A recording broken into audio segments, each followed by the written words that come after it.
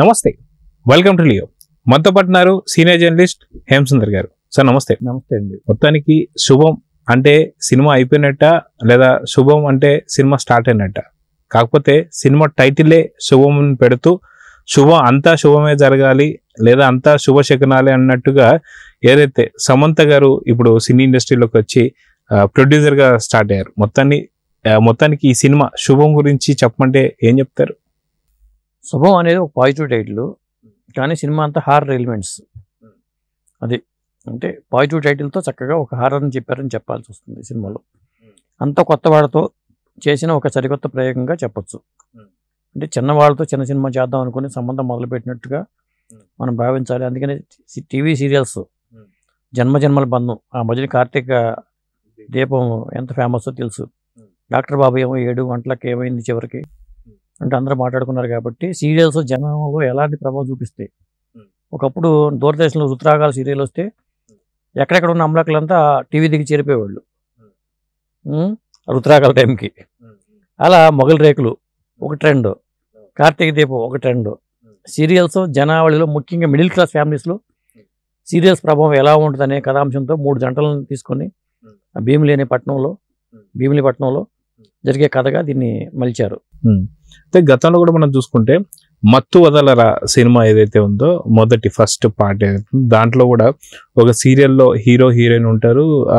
హీరోకి ఒక బుల్లెట్ తగలడం, అది నుదుడిపైన తగిలిన తర్వాత ఆ తగిలినటువంటి గాయంతోనే హీరో తన హీరోయిన్ తీసుకెళ్తుండడం, కొబ్బరి బొండం నీళ్ళు తాగుతారని చెప్పి అడగడం, కొబ్బరి బొండం కట్టిస్తున్నప్పుడు అదే టైంలో ఒక వడ పైకి ఎగిరొచ్చి తగలడం, వడదెబ్బ తగిలింది ఫస్ట్ తన హాస్పిటల్ అడ్మిట్ చేయడం, ఇలాగ సీరియల్స్ మీదే కంప్లీట్ గా వెళ్తూ వస్తుంది. సో ఇది కూడా సేమ్ అదే విధంగా ఉండబోతుంది అనుకోవాలా? అంతే. ఇప్పుడు శుభమాంటి పెళ్లి చేసుకుంటే శోభనం గదిలోకి భార్య రాకపోతే ఆ భర్త పరిస్థితి ఏంటి అనేది ఒక పాయింట్ ఉంది దీంట్లో. అంటే జన్మజన్మల బంధానికి అతుక్కుపోయి భర్త మీద సీరియస్ అయిపోయి గదిలోకి కూడా రాకపోతే, భార్య రాకపోతే అతని పరిస్థితి ఏంటి?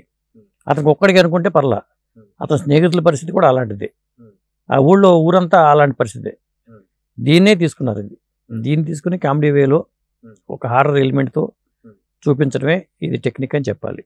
అయితే శుభం ట్రైలర్లో మనం చూసుకుంటే సీరియల్ చూస్తున్నటువంటి టైంకి భర్త పిలిచినప్పుడు రెండోసారి మూడోసారి పలకరిస్తున్నప్పుడు తను పూర్తిగా మారినటువంటి ఒక చంద్రముఖిలాగా మారిపోయి ఆ మంచాన్ని లాగే సీన్ కూడా మనం కొన్ని చూసాం. సో హర్రర్ ఎలిమెంట్స్ ఎంతవరకు ఉన్నాయి ఈ సినిమాలు అంటే ఏం చెప్తారు? అదేనండి, కొన్ని సినిమాలు ఇట్లా ఈ మధ్య కాలంలో హర్రర్ ఎలిమెంట్ తీసినా కానీ హర్రర్ కామెడీగా పెట్టుకుని చేస్తున్నారు. ఇది ఎలా చేయాల్సింది, ఎందుకంటే ఎంటర్టైన్మెంట్ లేకపోతే జనం థియేటర్కి రావట్లేదు. ఓన్లీ హర్రర్ సినిమాగా చేసినా థియేటర్కి రారు. కాబట్టి హర్రర్ కామెడీ లేదా ఫ్యామిలీ కామెడీగా చేసుకుంటే కామెడీ అనేది మస్ట్, మీరు ఏదైనా చేసుకోండి.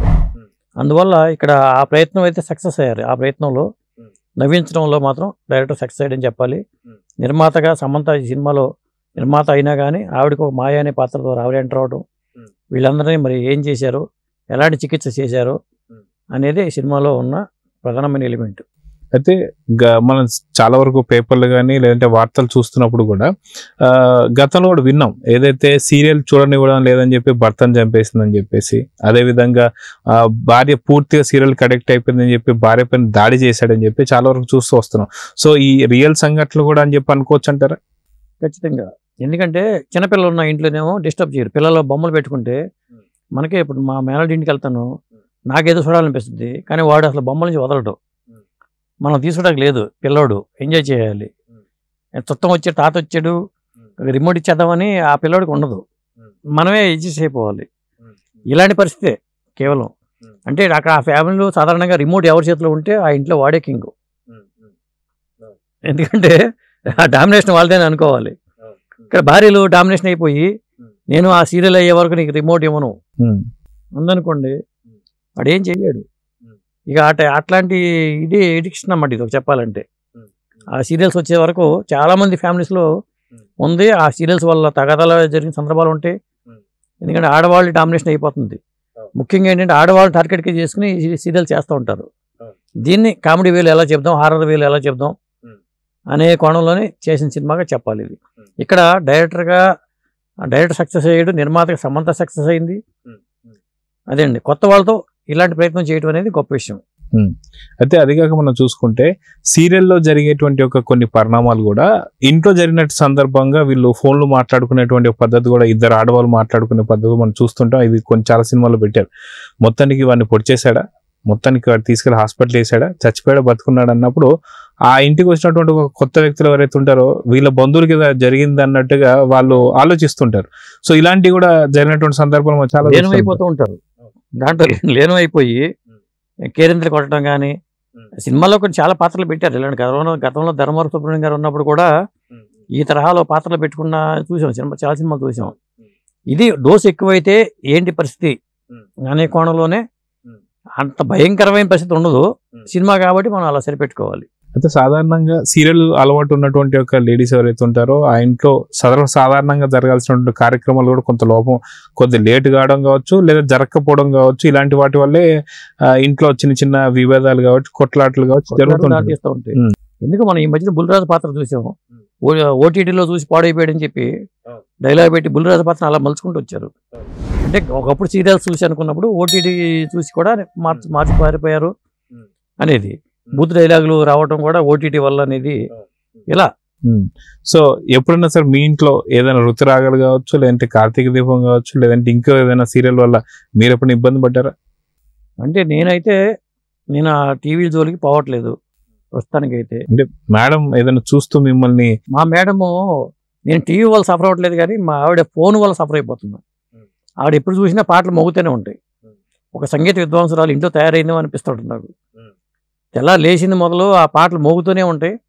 నేనేమైనా పని చేసుకుందాం అన్నా కానీ ఈ పాటలు, ఈ ఈవిడ సంగీత పరిజ్ఞానం ఇవన్నీ కలిపి కొంత డిస్టర్బ్ చేస్తూ ఉంటాయి. అంటే అది ఎంటర్టైన్మెంట్ గా ఫీల్ అవ్వచ్చు. మీరు ఎందుకు ఏమో భవిష్యత్తులో ఈ పెద్ద సంగీత విద్వాంసురాలు ఉద్యమని నేనే మూసుకుని కూర్చుంటా. సో ఓవరాల్ గా చూస్తే ఈ సినిమా వల్ల ఏం నేర్చుకోవచ్చు అంటే ఇది ఓన్లీ ఫర్ కామెడీ కదా. ఇప్పుడు సెల్ ఫోన్ వల్ల కూడా సఫర్ అవుతున్నాం. నేను చెప్పింది టీవీ, మీరు చెప్పేది సెల్ ఫోన్ వల్ల కూడా సఫర్ అయ్యేవాళ్ళు ఉంటారు. అసలు మనుషులతో మాట్లాడట్లేదు, రైలు ఎక్కినా సెల్ ఫోన్లో మాట్లాడుకునే వాళ్ళు, సెల్ ఫోన్లో పెట్టుకుని అసలు హార్న్ కొట్టినా తప్పుకోకపోవటం, చెవుల్లో పెట్టుకుని రైలు ఎక్కి ప్రేక్షకులతో ప్యాసింజర్లతో మాట్లాడటం కానీ అదేమీ లేదు. కనీసం సినిమా థియేటర్కి వెళ్ళినప్పుడు కూడా సెల్ ఫోన్ చేతిలో ఉండాల్సిందే, సరే సన్నివేశం తీసేయాల్సిందే. ఇవన్నీ కూడా దుర్గుణాలే. వీటిని ఎలివేట్ చేస్తూనే సినిమాలు వస్తున్నాయి అంతే.